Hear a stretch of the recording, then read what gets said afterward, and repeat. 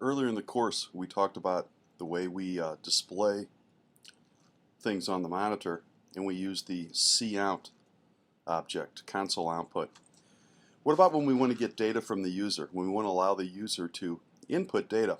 Well, I use a combination of cout and cin.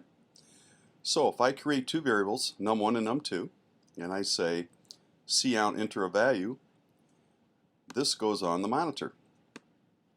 Cin greater than num1 causes the program to stop and wait for the user to respond. Now when the user responds, the user is going to type something like 5 and then the enter key. 5 goes in the num1 and the enter key is used to sort of tell the computer, hey, no more data there, no more data, just put the 5 in num1. So the enter key is sort of like a separator or delimiter.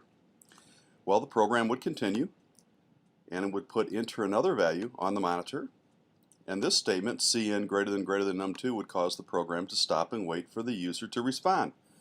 So the user types, say, 100, and the enter key, 100, goes into num2. So cin is what we use to read data. Now, here's another way to do the same thing. Now, I do not recommend this, but I want to talk to you because it can be done this way. Cout entered two values. Just put a space in between them. And the user types a 10, space, and 20, and then an enter key. Well, this statement will sit and wait, and when the user types a 10 and a space, 10 goes into num1. The space between the 10 and the 20 is the delimiter. Cin will not read that space, and 20 will go into num2. The enter key is another delimiter, and that says that we're done entering data.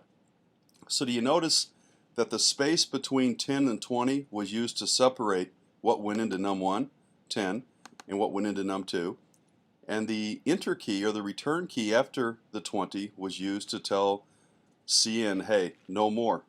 The 20 is all that goes into num2. So here's the point. Cin doesn't like to read white space. That's a very important point, and that'll come into play later on in the class.